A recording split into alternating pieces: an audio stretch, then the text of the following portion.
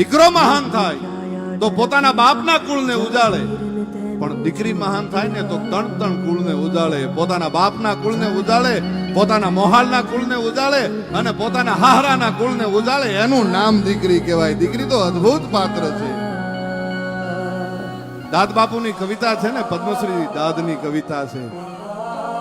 લૂંટાઈ ગયો મારો લાડ ખજાનો,